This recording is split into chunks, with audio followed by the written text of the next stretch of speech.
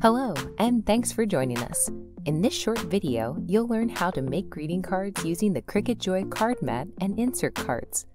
This system will allow you to create personalized, meaningful cards in just a few minutes without glue, expert skills, or a mess.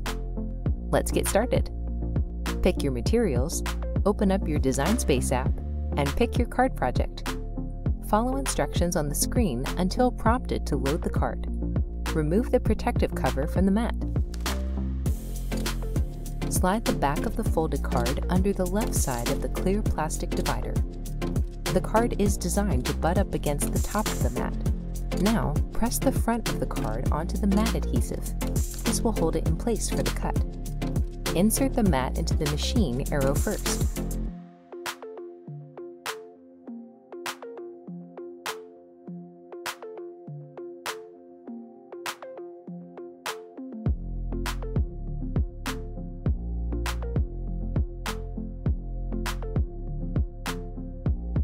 When the cut is complete, peel the mat away from the card. Insert the liner into the pre-cut corners and you're done.